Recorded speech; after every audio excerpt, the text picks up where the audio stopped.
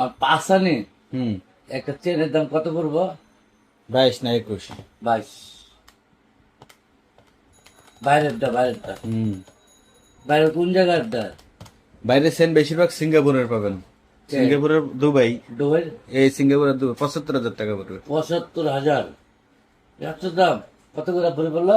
2,34,000। 34,000 টাকা। 75,000 আগে নেন যেত কত? তাইটা না?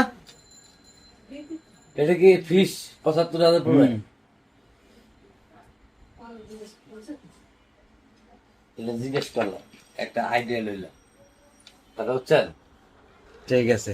তাহলে কিছু টাকা শর্ট আপনার। কত শর্ট আছে আপনার কাছে? আর অনেক তো।